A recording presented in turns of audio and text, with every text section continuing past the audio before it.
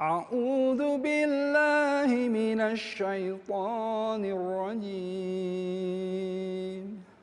Bismillahirrahmanirrahim.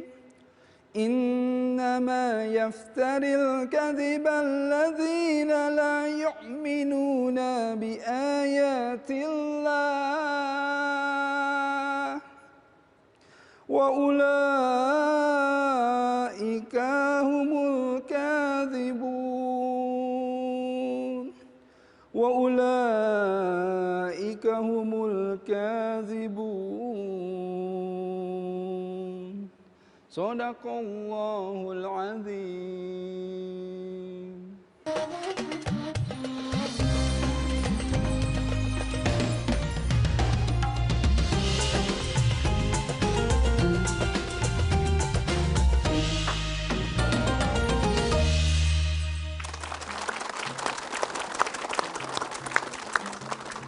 A'udzubillahi minasyaitonirrajim. Bismillahirrahmanirrahim. Assalamualaikum warahmatullahi wabarakatuh. Waalaikumsalam warahmatullahi wabarakatuh. Alhamdulillahirabbil alamin. Di pagi hari ini kita dapat berjumpa, berkumpul kembali di kajian yang luar biasa, insya Allah memberikan keberkahan buat kita semua. Dimana lagi kalau bukan di Tombo Hati, insya Allah selalu di hati. Nah pemirsa, Tombo Hati kita bukan hanya mendengarkan tausiah saja, tapi buat pemirsa di rumah bisa juga berbagi cerita. Caranya gimana sih Riki? Gampang banget, tinggal datang ke sini atau kirim video. Nanti jangan lupa upload di Instagram dan mention @tombohati_rtv. Atau bisa juga kirim video melalui WA. Nomornya di 0897 9247 525. Pokoknya ditunggu kiriman videonya, nanti bakal kita tampilin di acara Tombo Hati tentunya. Dan sekarang waktunya saya untuk mengenalkan nih jamaah-jamaah yang sudah ada di studio hari ini. Siapa aja? Langsung saya bergeser ke sebelah kanan. Dari Majelis Taklim apa ini Ibu?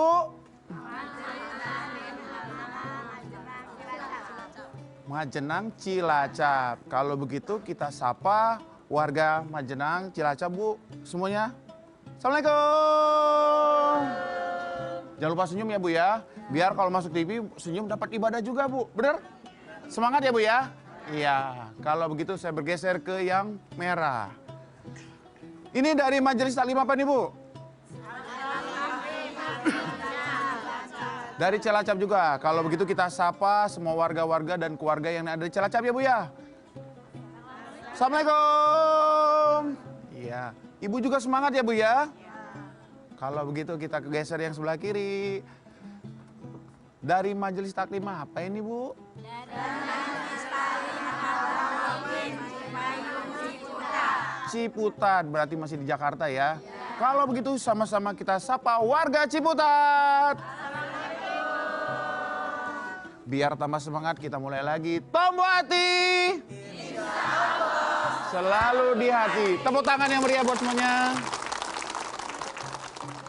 Nah pemirsa dan jamaah yang ada di studio, tadi di awal acara tentunya Ustadz Erik Yusuf sudah membacakan An-Nahl ayat 105. Dan temanya kita kali ini adalah salahkah berbohong untuk kebaikan. Nah guru kita Ustadz Erik sudah ada di sini. Dalam kehidupan sehari-hari kita harus hidup jujur ya Bu ya. Tapi katanya ini berbohong untuk kebaikan. Itu sebenarnya boleh nggak? Apakah syarat-syaratnya kalau kita mau lakukan kebohongan untuk kebaikan? Nah mungkin akan dijawab dan diberi penjelasan oleh guru kita Ustadz Erik Yusuf. Tafadhol Ustadz. Baik. A'udzubillahi minasyaitonirrajim. Bismillahirrahmanirrahim. Innal hamdalillah la haula wala quwata illa billah. Wassalatu wassalamu ala Rasulillah wa ala alihi washabbihi wa mawala.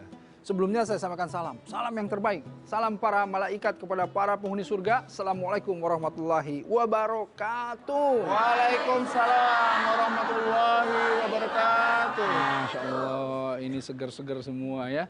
Sering kali gini, boleh nggak sih bohong? Ya kan ini demi kebaikan. Kebaikan yang mana? Ya. Nah ini yang harus kita betul-betul bahas supaya jangan kita itu selalu mengambil yang namanya dalil yang penting buat kebaikan, yang penting buat kebaikan. Kebaikan buat siapa? Jangan-jangan kebaikan buat diri kita sendiri, nggak ada kebaikan buat yang lain, betul nggak? Nah, gini. Di dalam hadis Rasulullah SAW mengatakan begini, ya. Yang namanya bohong itu tidak boleh kita berbicara bohong. Bahkan ada yang hadis yang menyatakan ciri-ciri orang munafik. Kata Rasulullah apa? Jika berbicara dia bohong. Jika dia berjanji Ingkar. jika diberi amanah Dia hianat. ya kan? Jika berbicara Wah. ini kenapa begini? Nggak boleh.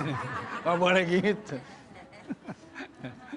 Saya nggak bicara bohong ya Bu ya. Nggak. Cuma sedikit Pak Ustadz. Cuma sedikit. Nah, jadi bohong itu nggak boleh. Tapi kemudian ada 3 perkara yang membolehkan katanya. Nah, ini dari hadis ini 3 perkara apa? Katanya kalau Rasulullah menyatakan berbohong karena kebaikan, ya, karena kemudian di dalam peperangan, berbohong untuk menyenangkan pasangan katanya, ya kan?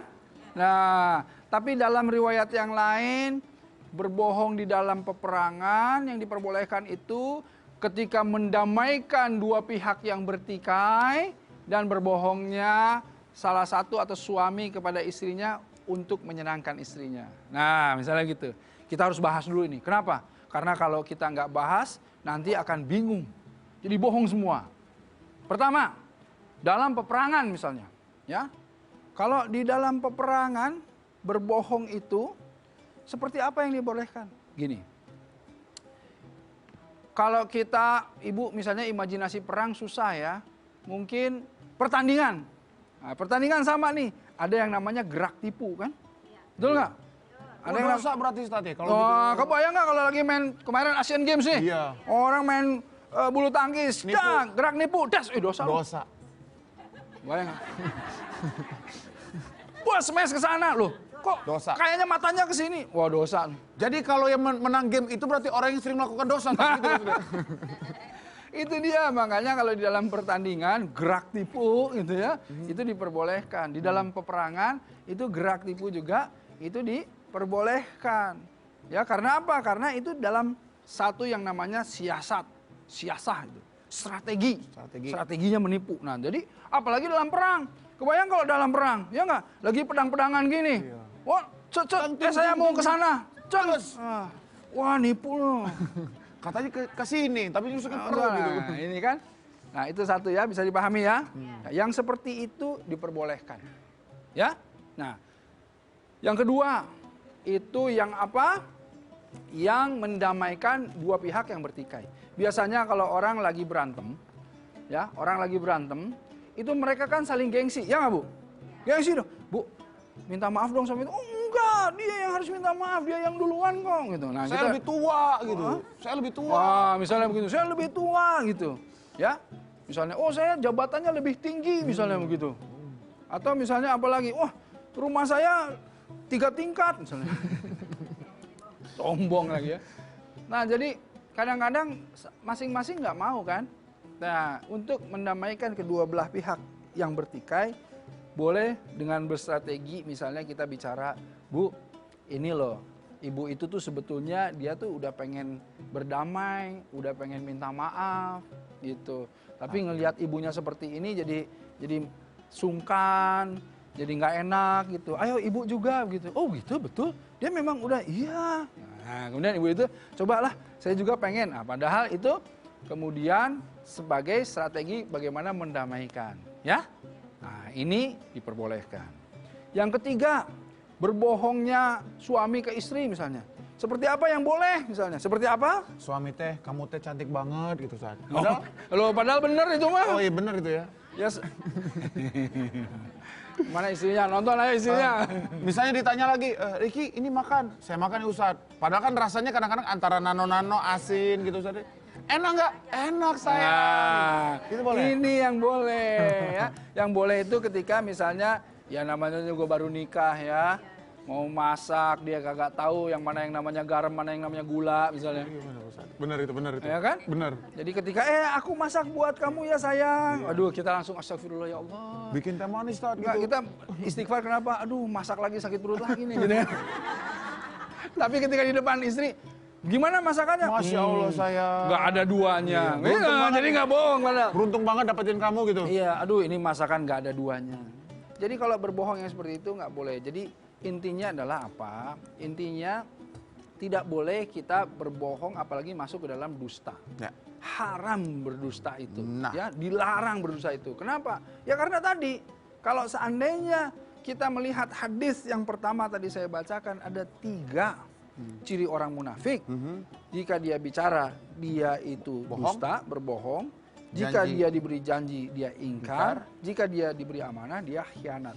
Jadi hati-hati jangan sampai kita terjebak kepada pembicaraan-pembicaraan yang mengandung kebohongan yang nanti masuk ke dalam keharaman tadi. Masya Allah, ini bahasan yang luar biasa nih Ustaz. Pelajaran buat kita bahwa salahkah berbohong untuk kebaikan itu seperti apa. Dan kita di sini kan dapat 3 pelajaran tadi bahwa berbohong itu dengan 3 hal. Yang pertama di saat perang, yang kedua mendampingkan 2 pihak, yang ketiga berbohong antara suami dan istri atau kepada pasangannya.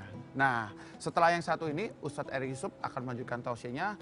Tapi buat pemirsa jangan kemana-mana dulu, tetap di Tombo Hati. Insya Allah selalu di hati.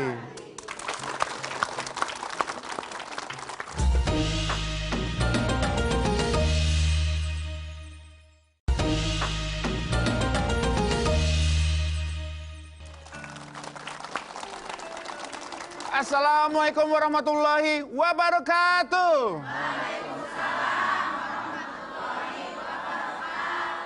Kembali di kajian Tombo Hati. Insya Allah selalu di hati.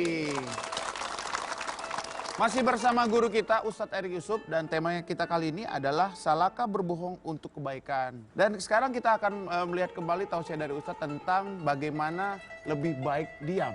Nah, kalau diam itu kan katanya diam itu emas. Emas itu Jawa. kuning. Kuning itu sangkain gimana emas gitu Jawa. Ustaz? Ya mungkin buat Ustaz bisa jelasin Ustaz. Baik. Melalui tausiahnya. Siap. Ada tuh ya. Diam itu emas, emas itu Jawa. Masih Jawa. Iya kan emas ya. Gini ya. Ada hadis yang menyatakan man kana yu'minuna billah wal yaumil akhir falyakul apa? Khairan aw liyasmut. Artinya apa? Barang siapa yang beriman kepada Allah dan hari akhir, hendaknya dia berbicara yang baik-baik atau jadi kalau misalnya kita betul-betul meyakini Allah, meyakini hari akhir, jangan sampai kita itu berbicara yang buruk-buruk, berbicara yang berbohong, yang mengandung kebohongan, yang mengandung dusta, yang mengandung perpecahan, yang kalau sekarang mah zaman now ini sering disebut dengan hate speech. Hate speech, ujaran kebencian. Ujaran kebencian, ujaran perpecahan, betul nggak? Nah ini orang-orang yang begini, mereka itu tidak meyakini kepada Allah dan hari akhir. Kenapa tidak meyakini Allah dan hari akhir? Karena pembalasan bagi orang-orang yang seperti ini, lihat nanti di hari akhir. Kan gitu. Wih, ngeri kan? Lisan ini yang seringkali kemudian memelesetkan manusia yang tadinya manusia ini baik, soleh-soleha, tetapi karena lisannya kemudian dia terpeleset masuk ke dalam neraka jahanam. Wow. Nauzubillah min dzalik, ya enggak? Iya. Sangat sayang ibadah-ibadah yang dilakukan dengan baik, tetapi ketika dia tidak menjaga lisannya, dia menyakiti, zalim terhadap tetangganya, zalim terhadap keluarganya. Karena apa kezalimannya? Karena mulutnya yang tidak bisa terjaga, akhirnya dia mendapatkan balasan yang buruk dari Allah. Tuh. Makanya yang paling sulit itu apa? Kita itu menahan pembicaraan yang buruk. Ya kan? Nah itu. Coba sekarang bayangkan gini Bu ya. Kita hitung pemirsa, hitung umur kita berapa sekarang. Misalnya umur kita sekian, dipotong aja dulu sama yang namanya umur akil balik. Misalnya tadi, umur ibu-ibu berapa? 19 tahun. Potong akil balik tuh umur berapa sih? Misalnya 10 tahun misalnya ya. 10 tahun. Nah berarti kan sisa 9 tahun nih. Iya. Sebelum akil balik, hukum-hukum itu ya, itu kemudian tidak dikenakan pada kita. Tapi setelah akil balik mulai kan mukalaf kan. Nah bayangkan gini, selama 9 tahun sisa dari akil balik, apakah lisan kita lebih banyak kita gunakan untuk hal yang baik-baik? Atau justru lisan kita banyak menyakiti hati orang, membawa perpecahan, membuat orang menangis, membuat orang sakit hati, bayangkan. Coba kita periksa lisan aja. Apakah kita layak masuk ke dalam surganya Allah dengan lisan yang seperti ini? Na'udzubillah min dzalik. Betul nggak? Astagfirullahaladzim. Coba. Kalau kita menghisap diri sendiri, coba satu aja, lisan aja. Langsung tuh. Astagfirullah ya Allah, saya banyak bicara yang nggak bagus ya Allah. Saya banyak kemudian bikin sakit hati orang ya Allah. Saya bikin suami saya sedih ya Allah. Saya bikin anak saya takut ya Allah. Saya bikin ini karena apa? Karena lisan. Padahal Allah kasih lisan kepada kita untuk apa? Untuk kita gunakan sesuatu yang baik-baik, mengucapkan sesuatu yang bermanfaat, untuk mengajarkan ilmu, untuk bertasbih kepada Allah. Bayangkan. Nah ini ciri-ciri orang yang tidak bersyukur terhadap lisannya. Iya, kalau kita mau dianggap sebagai orang yang bersyukur terhadap lisan, bersyukur itu artinya apa? Artinya selain kita bersyukur itu memahami bahwa semua nikmat berasal dari Allah, ya, tetapi kita juga menggunakan apa yang dikasih sama Allah dengan ridhonya Allah. Coba kalau kita lihat, Allah kasih kita lisan. Sudahkah kita menggunakan lisan kita sesuai dengan apa yang Allah inginkan? Sudah belum, Bu? Bayangkan. Kalau kita lihat lagi bagaimana mata kita, bagaimana telinga kita, bagaimana akal kita, bagaimana harta kita. Bayangkan. Aduh ya Allah, astagfirullahaladzim. Nah, karenanya tepat sekali bahwa daripada kita tergelincir kepada hal-hal yang kemudian maksiat, kepada kemudaratan, kepada dosa dari lisan kita, sebaiknya mulai sekarang bagaimana kalau kita latih kita berpuasa, berbicara yang buruk-buruk. Gitu. Jadi bicaranya yang baik-baik aja. Kalau benar-benar baik baru kita ngomong. Kalau kira-kira mulai nyinyir gitu, mulai gatel, pengen ngomentarin orang gitu ya. Pengen pas lihat orang ini, aduh, udah gatel nih. Itu tahan. Insya Allah, nahannya aja udah jadi pahala, Bu. Masya Allah. Ya. Nahannya aja, gitu, mau berbuat buruk nih, kita tahan aja, insya Allah udah jadi pahala itu teh. Iya. Jadi Ustadz bagusnya tuh pada saat apa sih kalau kita tuh diharuskan atau diam itu Ustadz gitu? Intinya, kalau tidak ada yang dibicarakan sesuatu yang kemudian penting dan baik, sebaiknya diam aja, gitu. Jadi itu menahan aja. Nah, karenanya tadi falyakul khairan auliyas, ya, berbicara yang baik-baik. Kalau enggak sekalian gak usah bicara aja. Betul. Gitu. Senyum aja. Ibu udah makan? Ibu punya duit? Gitu. Ya. Syukron Ustadz untuk tausiah yang kedua nih buat pemirsa tadi, demikianlah tausiah yang kedua dari Ustadz Arik Yusuf, lebih baik diam. Jadi apapun kondisinya kalau tidak ada yang penting, lebih baik kita diam. Karena diam itu emas ya Bu ya. Emas itu sekali lagi orang Jawa gitu ya. Pokoknya apa yang disampaikan hari ini mudah-mudahan menambah ilmu buat kita hari ini ya Bu ya. Amin. Dan sekarang waktunya kita memberi kesempatan buat jamaah di rumah untuk curhat melalui videonya. Seperti apa? Mari kita saksikan bersama. Assalamualaikum Pak Ustadz, saya Rahadian Agung. Saya salah satu karyawan nih Pak Ustadz nih. Gini Pak Ustadz, saya mau curhat nih. Di tempat perusahaan saya bekerja, atasan saya selalu mendapatkan proyek-proyek yang besar Pak Ustadz. Nah, proyek-proyek yang besar ini selalu dirahasiakan nih Pak Ustadz nih, supaya tidak bocor ke teman-teman atau tim yang lainnya Pak Ustadz. Saya suruh merahasiakan ini semua. Saya ragu nih Pak Ustadz nih, kalau dikasih amanah seperti ini, saya takut beban banget Pak Ustadz. Saya takut dosa dengan menutupi kejelekan ini atau keburukan ini, kebohongan ini Pak Ustadz. Solusinya gimana Pak Ustadz ya? Saya pengen tanya Pak Ustadz nih. Soalnya taruhannya pekerjaan saya nih Pak Ustadz nih. Kalau saya istilahnya tidak mengikuti aturan main dari atasan saya akan dipecat Pak Ustadz. Seperti ini, saya mohon solusinya Pak Ustadz, pencerahannya dari Pak Ustadz gimana? Makasih banyak Pak Ustadz. Assalamualaikum warahmatullahi wabarakatuh.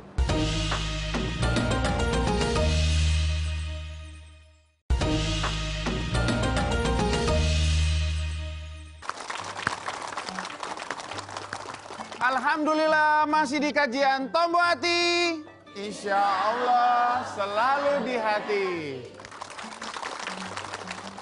Dan buat pemirsa, saya ingin mengingatkan kembali untuk mengirim videonya yang lagi galau, lagi sedih, lagi apapun, pokoknya pengen cari solusi. Kebetulan ada guru kita di sini. Yuk kirim videonya. Caranya gampang banget. Gimana? Upload di Instagram, terus jangan lupa mention @tomboatirtv atau kirim WA di nomor 089792475525. Saya ulang sekali lagi, 089792475525. Tapi sebelumnya saya ingin menyapa kembali jamaah-jamaah yang ada di studio pagi ini. Yang pertama, Majelis Taklim At-Tawabin Cipayung Ciputat. Boleh tepuk tangan Ibu? Iya. Yang kedua, Majelis Taklim Al-Manan Cilacap. Waalaikumsalam, tepuk tangan Bu. Majelis Taklim Al-Kahfi Cilacap. Waalaikumsalam. Kalau begitu, Tombo Hati, insya Allah selalu di hati. Nah, tadi di segmen 2 akhir tadi, Pak Ustadz, kita lihat video kiriman dari jamaah yang di rumah. Dia bekerja di perusahaan, tapi diminta sama atasannya untuk selalu berbohong untuk menutupi kekurangan kepada timnya itu. Bukan proyek-proyek besar itu. Proyek-proyek besar itu mungkin. Tapi di satu sisi itu dilema banget. Kalau sampai dia mengatakan kebenaran, jaminannya adalah dia dipecat dan pekerjaan itu akan hilang. Nah, ini dia merasa tidak nyaman. Itu harus seperti apa nih Ustadz? Mohon pencerahan dan jawabannya Ustadz. Baik. Yang duduk perkaranya itu mesti jelas dulu sebetulnya. Tadi saya dengar proyek-proyek besar yang harus dirahasiakan. Kalau misalnya proyek besar yang harus dirahasiakan, kan nggak masalah, memang harus dirahasiakan, ya rahasiakan saja. Tapi kalau misalnya proyek besar ini harus dirahasiakan karena kemudian ada kecurangan dan lain-lain, itu jadi masalah. Tadi saya tidak tahu nih, apakah ada kecurangan di dalamnya atau tidak. Jadi kalau tidak ada kecurangan, misalnya gini, proyek-proyek besar itu kalau misalnya dikasih tahu sama orang-orang, oh ini perusahaan udah dapat proyek besar, bisa-bisa jadi sesuatu yang nggak bagus, gitu ya. Bisa-bisa nanti tiba-tiba yang inilah mau bagaimana, yang itulah mau bagaimana dan lain-lain. Karenanya harus dirahasiakan. Nah itu kan nggak masalah juga kalau seandainya tidak terjadi kecurangan, ya. Kalau ini intinya kita harus kembali lagi. Kita harus paham bahwa rizki itu datang dari mana sih? Allah. Rizki bukan datang dari pimpinannya. Bukan datang dari kantor itu hanya wasilahnya saja. Tapi rezeki itu sesungguhnya datang dari Allah. Nah karenanya kalau Allah tidak menyukai kecurangan-kecurangan, ya artinya kita harus lebih takut sama Allah daripada orang-orang yang curang, betul nggak? Iya, karena Allah yang mempunyai segalanya. Nah, apalagi kalau kita tahu wailul lil mutaffifin, kata Allah celaka orang-orang yang curang. Dengan curang itu kita bisa celaka. Kala balrola ala qulubihim bima kanu yaksibun, kata Allah. Apa yang dibuat itu hanya akan menambah rona, menambah noda, menambah kotoran di dalam kolbunya, dan itu akan membawa dia kepada kehancuran. Nah, jadi sebaiknya kalau sudah merasa bahwa ini nggak benar, ini sesuatu yang kemudian akan membawa kepada kehancuran. Baik nanti dia masuk ke dalam dosa, ke dalam segala macam kemudaratan. Lebih baik apa? Lebih baik, ayo siap-siap cari pekerjaan yang lebih baik. Gitu, ya. Karena hati ini nggak bisa dibohongin. Cari pekerjaan yang lebih baik. Artinya apa? Artinya hijrah, keluar dari sana. Gitu. Keluar. Walaupun itu zona nyaman ya Ustadz ya. Lagi ya, sekarang gaji besar, kerjaan karir lagi bagus. Kalau gitu. zonanya nyaman tetapi haram, nyamannya sebelah mana? Tidak akan pernah datang kenyamanan. Buktinya dia ragu, betul nggak? Nah, kalau udah ragu gitu kan artinya apa? Artinya ada subhat. Kalau ada subhat artinya apa? Nah, makanya dia harus mengetahui, harus mentabayun bahwa ini benar-benar sesuatu yang dilarang atau bukan. Maksud saya itu. Coba dilihat lagi. Ini ada kecurangan atau apa? Kalau kecurangan ya udah tinggalin. Kita tidak akan berkah berada dalamnya. Betul. Jangan-jangan nanti kita dapat banyak, tapi yang banyak itu membawa keluarga kita jadi nggak berkah. Malah jadi sakit-sakitan anak, nauzubillah min dzalik, malah jadi ngambek-ngambekan bini gitu kan. Buat apa harta banyak tapi keluarga di rumah serasa bagikan di neraka dunia.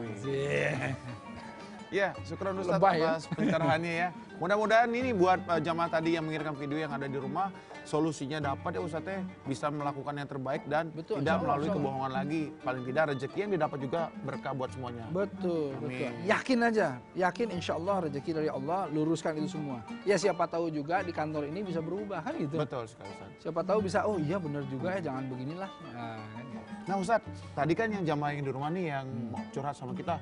Sekarang waktunya kita bagi kesempatan buat yang jamaah yang studio untuk bertanya atau curhat. Siap. Kalau Insya begitu, siapa yang mau bertanya? Siapa yang mau es krim? Oh semangat, ya ibu-ibu semangat. Es krim ya. Kalau begitu saya tanya sekali lagi, siapa yang mau bertanya? Ibu, boleh tanya. Ibu, silakan ibu. Assalamualaikum warahmatullahi wabarakatuh. Waalaikumsalam warahmatullahi wabarakatuh. Pak Ustadz, saya mau bertanya. Saya punya anak perempuan, kuliah setiap hari pulangnya malam. Saya tanya, memang kampus setiap hari pulangnya malam. Tapi dia marah Pak Ustadz. Saya nanya sama temennya, katanya dia kerja, gitu. Tapi dianya nggak mau ngaku sama saya gitu Pak Ustadz. Tuh solusinya gimana Pak Ustadz? Ya. Untuk mengatasinya. Terima kasih. Terima kasih. Assalamualaikum warahmatullahi Waalaikumsalam. Namanya tadi ibu siapa? Bu Eni. Ibu Eni dari Cipayung, Ciputat. Cipayung Ciputat. Terima kasih ibu pertanyaannya. Ini Baik, Ustadz, Ibu Eni ini punya seorang anak. Putri. Putra apa putri bu? Putri. Putri. Kalau pulang kuliah itu malam-malam, itu pertanyaan itu kuliah atau ngeronda itu Ustadz ya? Sampai malam-malam ya? Kalau ngeronda pulang subuh. Pulang subuh ya? Ini masih alhamdulillah pulang malam ya. Betul, ini pulang malam, tapi akhirnya ketika ditanya dengan teman-temannya itunya, ternyata ada kebohongan gitu. Nah ibu itu pengen solusi seperti apa untuk mengatasi permasalahan yang seperti ini tuh Ustadz? Baik. Pencerahannya.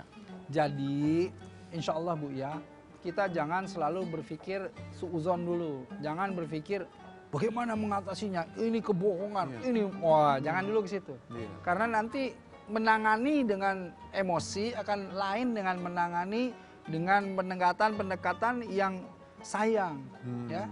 Nah, jadi intinya kita harus cari tahu dulu, tabayun dulu, klarifikasi dulu, apa sih masalahnya gitu. Jadi tanya dulu sama putrinya, wahai putriku, kenapa kamu pulang tuh selalu malam-malam? Apakah memang dosen-dosennya ini sekarang sudah berganti waktunya gitu ya? Gini Bu, saya tuh sebenarnya kan pulang kan nggak ada uang, saya jalan kaki Bu, Oh. jauh, Nah, gitu. Jadi nggak mau beratin ibu, makanya saya jalan kaki. Nah, makanya lain kali jangan jalan pakai kaki. Pakai apa Pak Ustadz? Ngesot. Ngesot. Nah, jadi kita harus tahu dulu nih, kenapa dia pulang malam, ya kan? Nah, ada apa? Nah, mungkin tadi, oh ternyata kata temennya kerja. Oh, kerja part time gitu ya. Alhamdulillah nih kerja apa? Kan kita harus tanya, kerja apa? Jadi dia pagi sekolah sampai siang, Sore, kemudian gitu. sore atau siangnya tuh dia kerja misalnya gitu. Oh kerja apa nih? Gitu. Oh mungkin dia kerjanya misalnya bantuin di kantor, bantu apa, bantu. Nah, harus ditanya dulu. Nah kalau sudah ditanya begini, baru kita jelas. Nah nanti baru kita kasih masukan. Misalnya, nak, apa kamu nggak capek begitu? Ya capek sih, tapi kan ini juga bantu buat ibu juga. Waduh, Masya Allah. Masya Allah, kan gitu. Ya nggak, harus tahu dulu.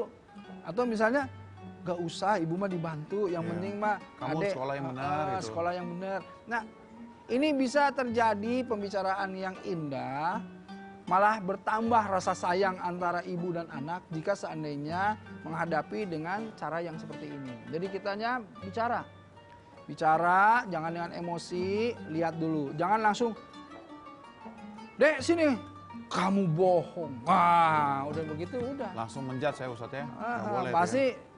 putrinya juga langsung, gimana? Mabek pasti dan lain-lain ya. Iya. Nah ini jadi komunikasi, cari permasalahannya apa. Jika seandainya permasalahannya ternyata positif, silahkan Ibu lihat, nggak baik perempuan pulang malam, misalnya begitu kan. Ya. Coba cari dan lain-lain. Tapi ketika tiba-tiba positif, oh ya sudah kalau begitu, kalau pulang adik yang laki-laki yang akan kemudian menemani. Atau apapun, Ya. misalnya. Silakan ibu yang paling tahu. Insya Allah. Gimana Ibu Eni atas pencerahan dari Ustadz? Ya, saya udah puas. Puas ya Bu ya? Terima kasih Pak Kalau nggak Ustadz. puas boleh nanti WA Ustadz Ibu langsung ya. Kalau begitu saya kasih lagi kesempatan yang mau bertanya angkat tangannya. Nggak semangat. Yang mau uang? Semangat ya. Tinggi Kalau- Kalau gitu, siapa yang mau bertanya? Ibu, kalau begitu. Silakan Bu. Assalamualaikum warahmatullahi wabarakatuh. Waalaikumsalam warahmatullahi wabarakatuh. Saya Fatima dari Majelis Al-Manan, Majenang Cilacap. Cilacap. Curhat dong Pak Ustadz. Boleh Ibu, silakan. Gini Pak Ustadz, saya dikasih uang sama suami. Alhamdulillah. Alhamdulillah. Berapa Ibu? Ya Tahu aja. cukuplah. Tapi salah satunya saya sisihkan buat beli mainan anak saya. Sedangkan suami saya nggak seneng sama sekali sama belikan mainan kayak gitu. Terus kalau ditanya sama suami saya, ini mainan dari mana? Dikasih sama tetangga, kayak gitu Pak Ustadz. Jadi saya selalu bohong kayak gitu. Apakah saya dosanya besar sama Pak Ustadz, sama suami saya? Sekian, wassalamualaikum warahmatullahi wabarakatuh. Baik. Ini Ustadz, pertanyaan dari Ibu Fatima. Ketika dia mendapatkan rezeki dari suaminya, uangnya itu sebagian digunakan untuk membeli mainan. Mungkin kalau suaminya jangan beliin mainan Bu, beli es krim gitu mungkin, atau beli susu coklat mungkin suaminya senang. Tapi karena dibeliin mainan, nggak boleh. Tapi akhirnya Ibu Fatima nih selalu berbohong kepada suaminya bahwa uang itu, mainan itu didapat dari tetangganya. Kalau seperti ini pencerahannya Ustadz buat Ibu Fatima, buat kita semua di sini. Ini kalau saya ini ya, Bu ya, ini akhirnya semua ini kembali kepada bagaimana sih kita bermusyawarah, bagaimana berkomunikasi. Gitu. Kan ibu juga tahu ya, suami juga tahu pasti ada mainan yang kemudian positif, ada yang negatif, Iya, betul nggak? betul. Masa yang namanya suami sama sekali nggak mau ngasih mainan, Iya. betul nggak? Kita tanya dulu Ustadz ya, Ibu emang kenapa suaminya tidak suka sama Ibu memberikan mainan kepada anak Bu? Karena suami saya itu pandai bikin mainan sendiri tapi jelek. Oh, Makanya beli. Waduh. Nggak sesuai dengan teman-teman. Kalau punya teman tetangga bagus. iya, oh gitu. Kan Kalau kasihan itu sih Bu anak saya angkat tangan Bu kalau gitu Bu. Betulan Ustadz gimana? Ya itu ya, begini Bu ya. Jadi kalau seandainya suami itu ingin anak ini mainan yang dibuat oleh suami, ya nggak apa-apa. Kita tinggal atur aja waktunya Bu. Mungkin beliin mainannya jangan sering-sering. Betul. Ya, bilang sama suami bahwa, suamiku, biar anak-anak bisa bandingin, anak-anak itu bisa merasakan nikmatnya main dengan mainan yang kau buat gitu, biar mereka juga merasakan mainan yang lain, misalnya gitu.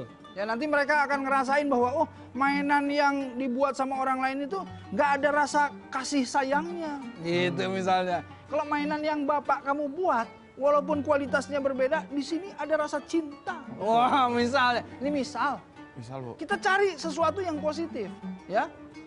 Misalnya mainan yang ayah kamu buat ini sesungguhnya di dalam mainan ini tuh ada satu misalnya nih. Oh, cinta lagi ya. Satu yang kreatif yang anak-anak ini harus belajar dari ayahnya, misalnya begitu, ya. Atau, "Nak, kamu lihat mainan ayahmu, ya? Kamu seneng nggak?" "Enggak." Nah, gini. Kamu mainin mainan ayahmu ini supaya kamu nanti kalau sudah besar bikin mainan, bikinlah yang lebih bagus dari mainan ayahmu, gitu. Nah, jadi intinya coba dibicarakan, dimotivasi anaknya, tetapi juga bicara sama ayahnya juga. Siap. Bicara sama ayahnya bahwa setiap anak ini kan butuh variasi, betul nggak? Kalau ayah makannya nasi pakai sambal terus kan, ya bosen. Anak-anak juga sama, apalagi anak-anak kan gitu. Udahlah dipahami aja, misalnya gitu ya. Nah, tapi jangan kemudian masuk ke dalam kebohongan-kebohongan terus. Nanti karena kebohongan ini lama-lama bisa jadi fitnah. Betul. Fitnah itu ya misalnya begini. Bu, ibu buat mainan anak-anak aja bohong. Berarti ibu itu uang yang saya kasih bohongnya buat apa lagi? Nah kan gitu.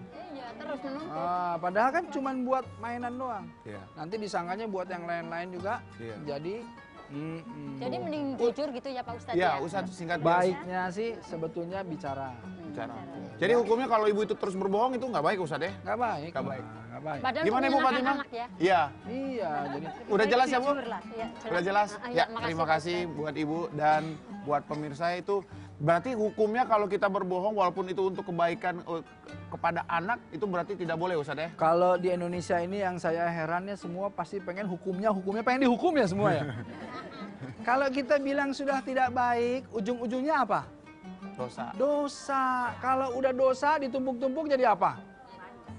Jadi banyak. Jadi banyak. Kalau banyak terus nggak bisa dapat ngapusin jadi gimana? Nah, ini yang selalu ya. Kalau kita sudah paham tidak baik, tinggalkan. Oke. Ya, jangan terus kemudian apa namanya semua harus ini ujungnya neraka, ini ujungnya surga. Nah kita harus lihat situ. Ya. Siap. Tidak baik, bisa membuahkan dosa, bisa begini. Walaupun belum hukumnya jadi akhirnya haram, tinggalkan.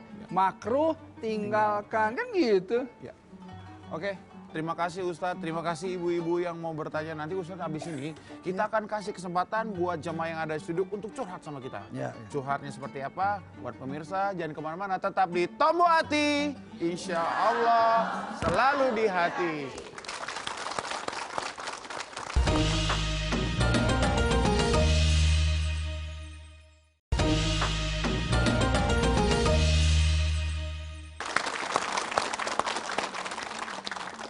Ya, kembali di kajian Tombo Hati.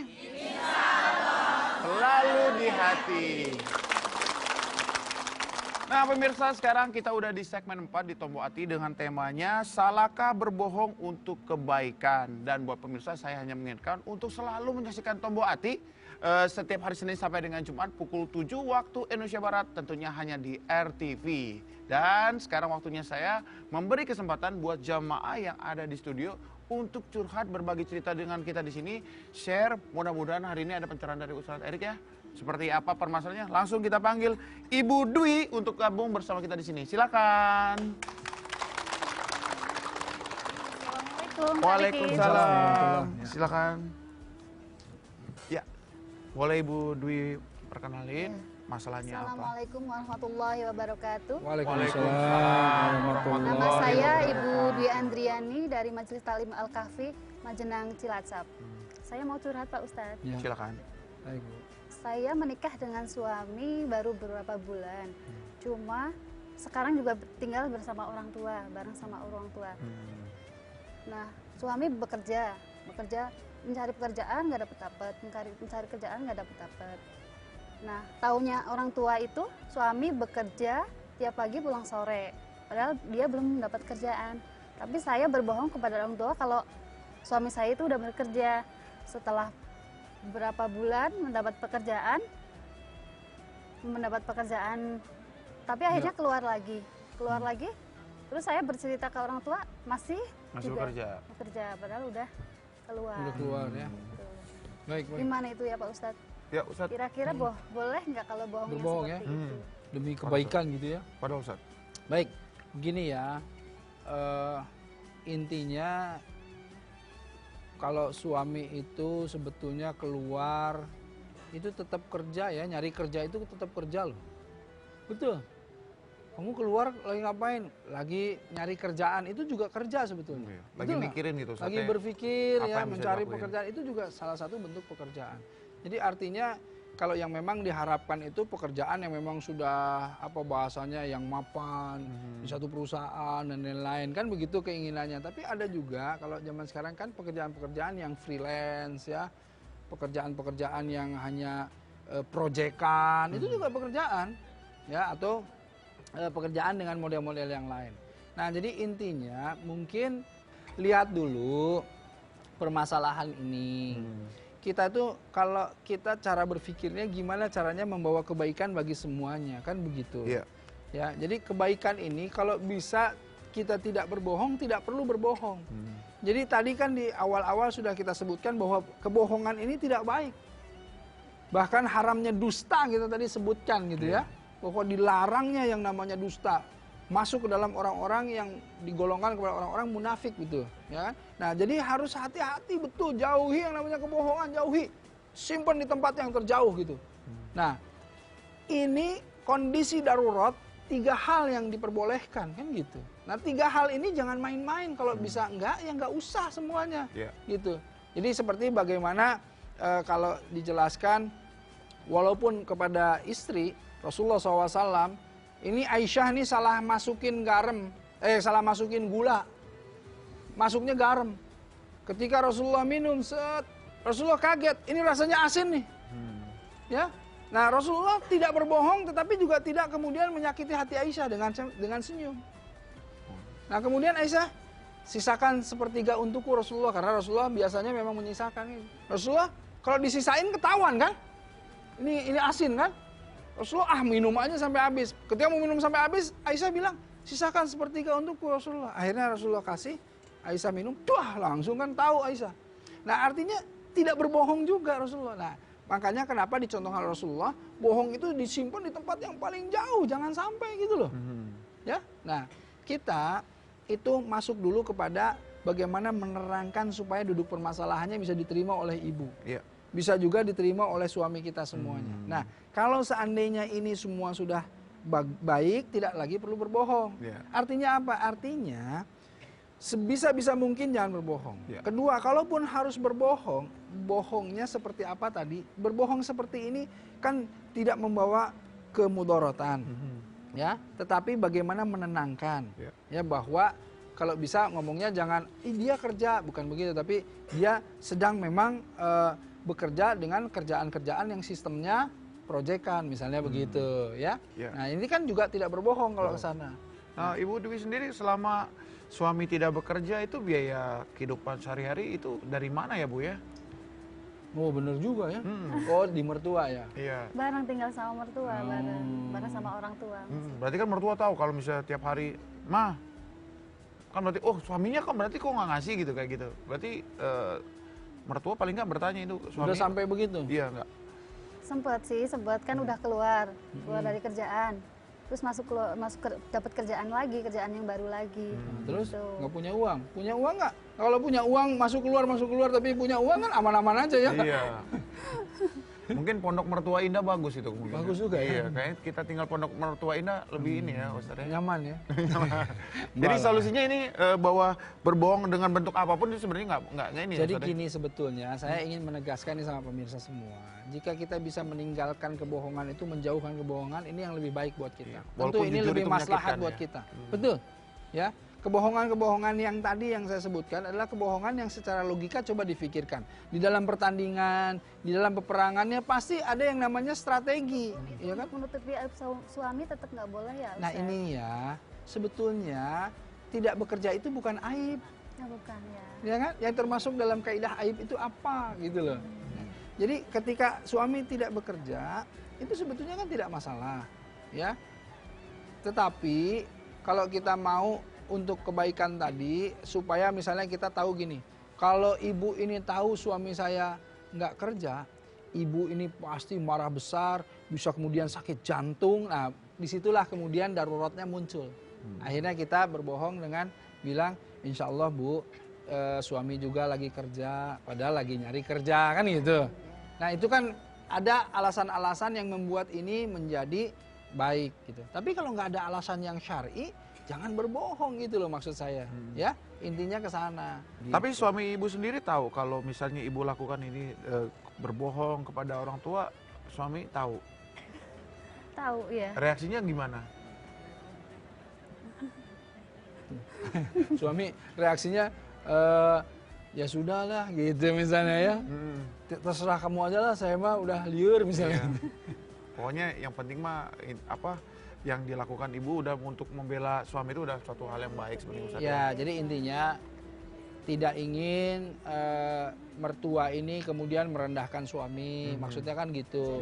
Tidak ingin mertua ini menjaga nama baik suami, tidak ingin kemudian mertua ini juga menjadi khawatir terlalu gitu.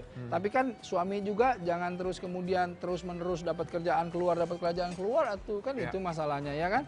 Jadi jangan sampai juga jadi pikhawatiran gitu, apa namanya? Membuat orang khawatir gitu. Betul. Iya. Suuzon tuh kita nggak boleh.